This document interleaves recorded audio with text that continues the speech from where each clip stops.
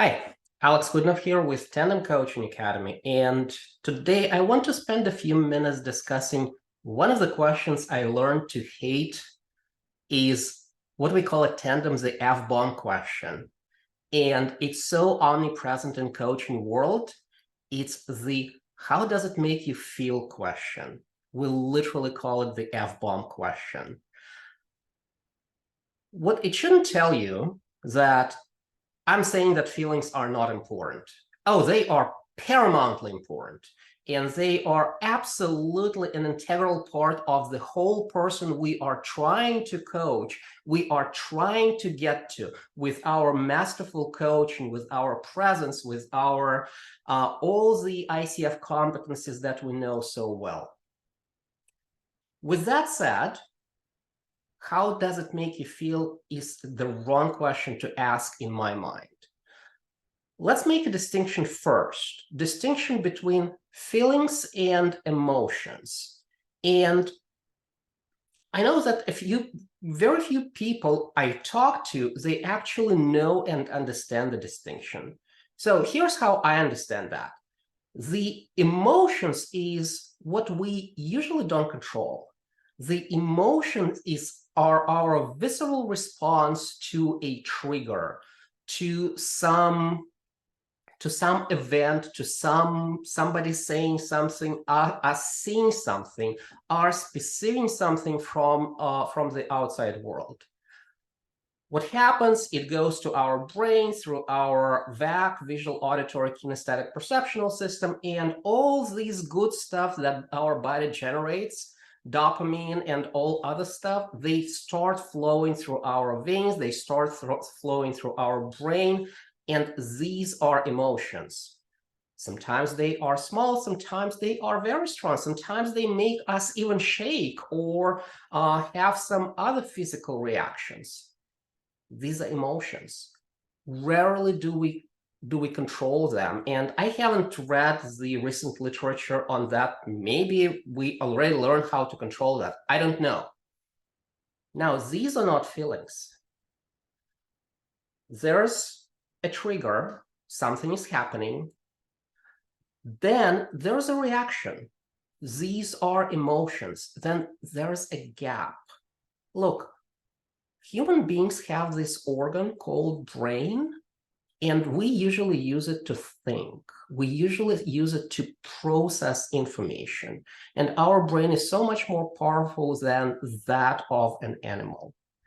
So there's a gap where our brain can jump in, analyze the situation, analyze our visceral response and emotions, and decide, what do we need to feel? How do we need to respond?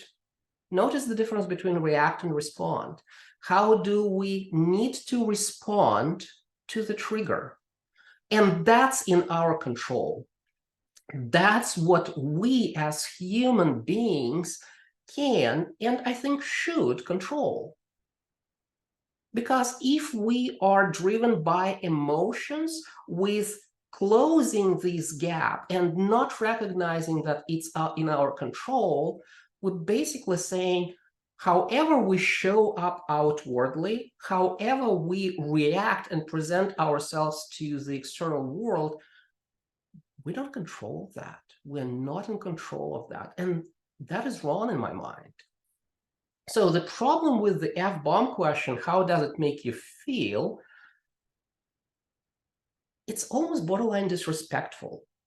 We keep saying in coaching that our clients are naturally creative, resourceful, and whole people. They don't need fixing. They have resources they need to make a change, or we are there to help them find those resources. And then we say, something outside of your control makes you do this. Well, let's think about it. Something outside of your control did provoke a reaction, and then you didn't probably recognize that the gap between reaction and response is so tiny. And maybe during the years of reacting on autopilot to this, you almost chose automatically to respond in a specific way. And how that way now serves you is the question here.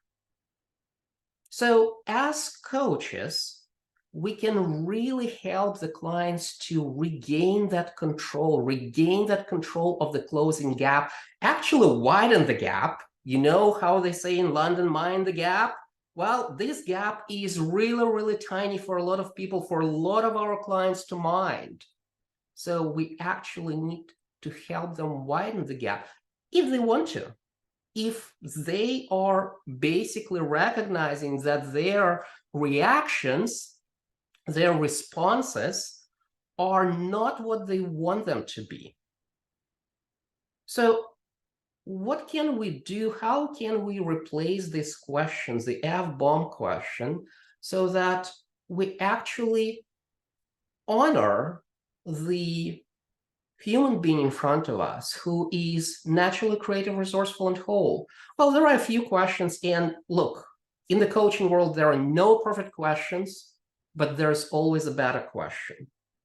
And coaching journey is always finding that better question that is maybe just a little bit better than the previous question you asked.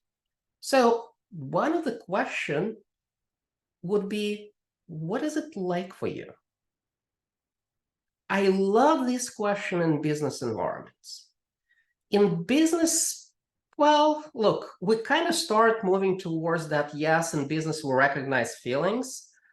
But you go up and up, you coach executives, you coach leadership, and sometimes you run into people who are all about rationale, all about the sound decisions, all about them being rational human beings. So feeling question might be really foreign to them.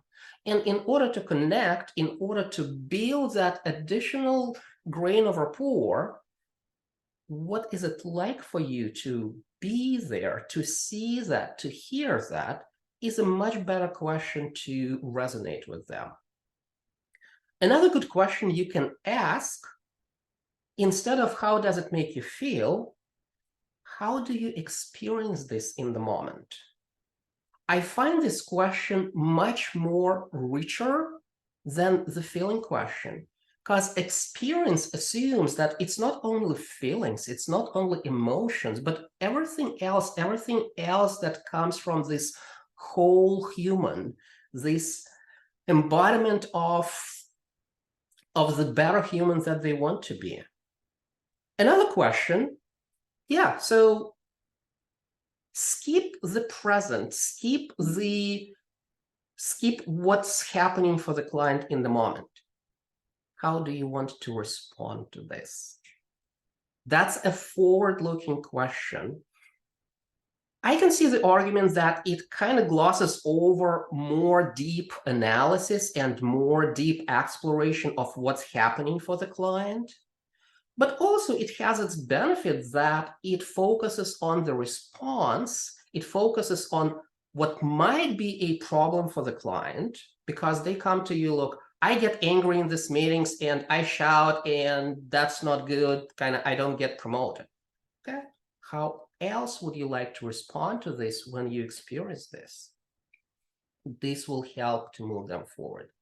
So I wish the coaching world got rid of the F-bomb question, but you know what? Right now it's gravity. A lot of people ask that, and that is fine. That serves our clients.